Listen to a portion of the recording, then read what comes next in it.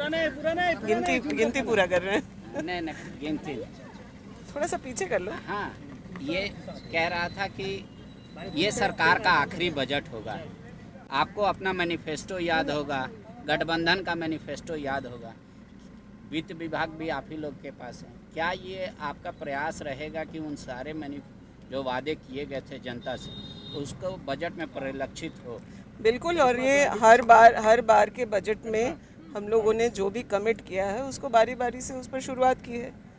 अंतिम बजट है तो अंतिम काम भी जो हम लोगों ने मैनिफेस्टो में डाला है वो हो पाए, हम लोग का प्रयास होगा। आप देख रहे हैं कि कितने जन कल्याण की योजनाएं, सर्वजन पेंशन ने इतिहास रचा है झारखंड में, और अभी अबुआ आवास की जो योजना है, तो जो झारखंड के सब अंतिम पायदान पे खड़े व्यक्ति की जो सबसे बड़ी ज़रूरत थी उसको पूरा करने का सरकार हम लोग के काम कर रही है। लेकिन विपक्ष तो यही कह रहा है कि आप विपक्ष हैं और विपक्ष का राज कर रहे, बोले एक दलित को राजभवन से वापस बुला लिया, बोले शपथ ग्रहण नहीं देंगे। विपक्ष का काम है, 50 साल के उम्र में अभी आपने बांट दिया समाज को कि इनको देंगे, इनको नहीं देंगे। विपक्ष का काम है कुछ भी बोलना, वो तो बोलते ही रहेंगे, लेकिन आरक्षण की आवश्यकता संविधान में समझी गई थी, तब लोगों को दिया गया था।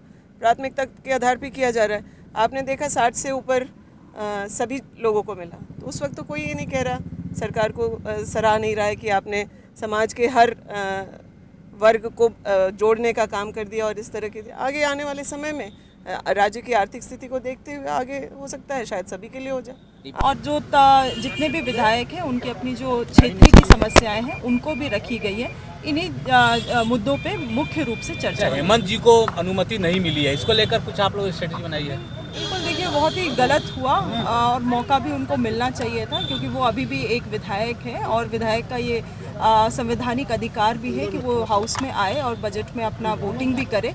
तो हम सभी को बहुत आस थी, मगर वो हमारे साथ उपस्थित नहीं रहेंगे, कोर्ट का ऑर्डर है, तो अफसोस की बात है। मगर हम लोग ने फिर भी अपने तरफ से पुष्टि के साथ तैयारी की है। तो सदन में क्या हुआ कि आप विपक्ष के सवालों का कैसे जवाब देंगे? क्या सवाल आपके भी होंगे इस बार? निश्चित तौर से नाराज है, कड़ा सवाल करेगा।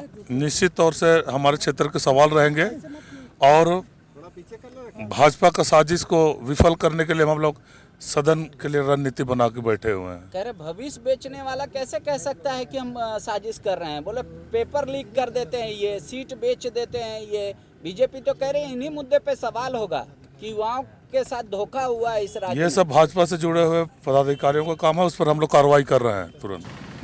और आगे और आगे और आगे।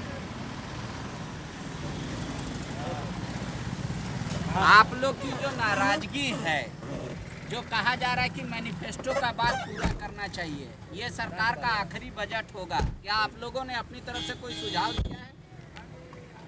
देखिए, निश्चित तौर से हमारी सरकार जो है आदरणीय पूर्व मुख्यमंत्री हेमंत सोरेन जी ने बेहतरीन कार्यक्रम की शुरुआत की है।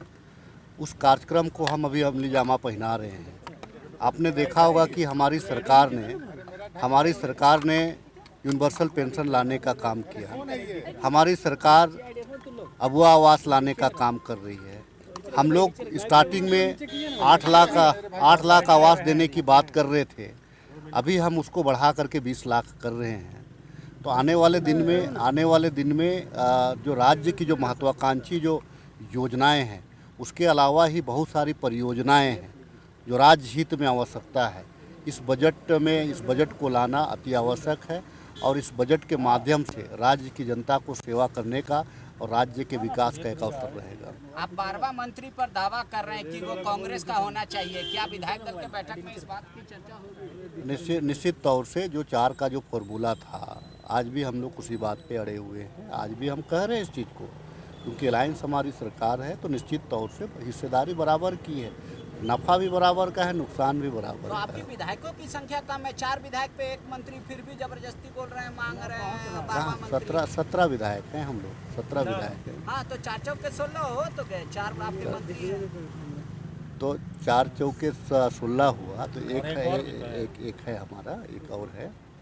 देखिए, ये अंदर खाने हमारे जो आला कमान जो है वो निर्णय लेंगे, लेकिन हम अपनी मांगों को रख सकते हैं, अपनी पार्टी की बात को, हमारी जो जन आकांक्षाएँ हमारे कार्यकर्ताओं की, उनकी बात को हम रख सकते हैं। अच्छा राय जी, आप नाराजगी मिलने का क्या मतलब था? देखिए, नाराज़गी सरकार से कहाँ है? हमारी नाराज़गी सरकार से कोई नाराज़गी नहीं है। नाराज़गी है क्रियाकलाप की नाराज़गी है। नाराज़गी है उस क्रियाकलाप में, क्योंकि अवसर जो है, जब भी आपको अवसर मिले तो उस अवसर का भरपूर लाभ होना चाहिए। नहीं तो अवसर समाप्त हो जाने के बाद में फिर दोबारा अवसर चाहिएगा तो उसमें दिक्कत होता है। तो मंत्री अपना अगर आदत सुधार लेंगे, क्रियाकलाप सुधार लेंगे, तो आप लोग की नाराजगी खत्म हो जाएगी। बिल्कुल निश्चित तौर से। अगर मान लीजिए हमारे जो संगठन के लोग हैं, प्रखंड अध्यक्ष, जिला अध्यक्ष, हमारे जो पार्टी के कार्यकर्ता, विधायकगण को, सारे लोगों को उनके जो जनहित में जो बात रहेंगी उस पे अगर गंभीरतापूर्वक मंत्रीगण विचार करेंगे, कैबिनेट में ले जाएंगे, उसका निराकरण करेंगे, फिर क्या नाराज़गी होगा? आखिर 17 विधायक में से 4 ही या 5 ही बनेगा विधायक, सारे 17 के तो नहीं बन सकते। हम भी अगर 12 नाराज़गी अपना दिखलाए तो सारे लोग तो हम मंत्री नहीं बनते, उसमें से 4 ही बनता है मंत्री ना। लेकिन क्रियाकलाप की बात।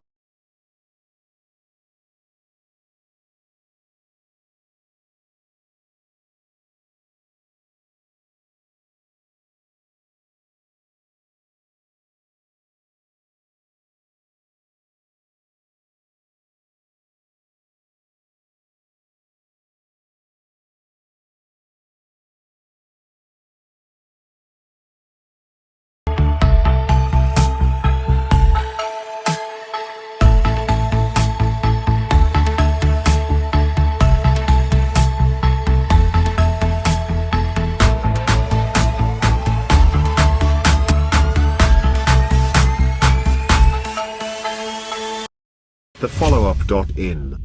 Like.